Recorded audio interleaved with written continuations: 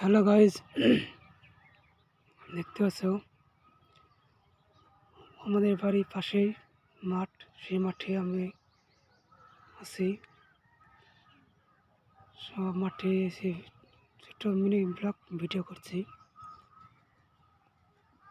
এখানে লাউয়ের ক্ষেত, এই দেখো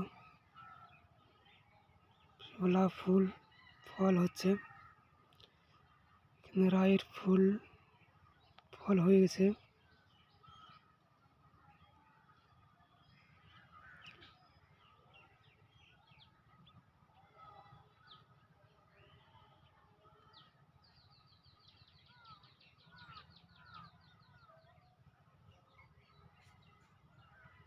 একটা সিমের বাগান দেখতে পাচ্ছ, সব সিম ধরেছে।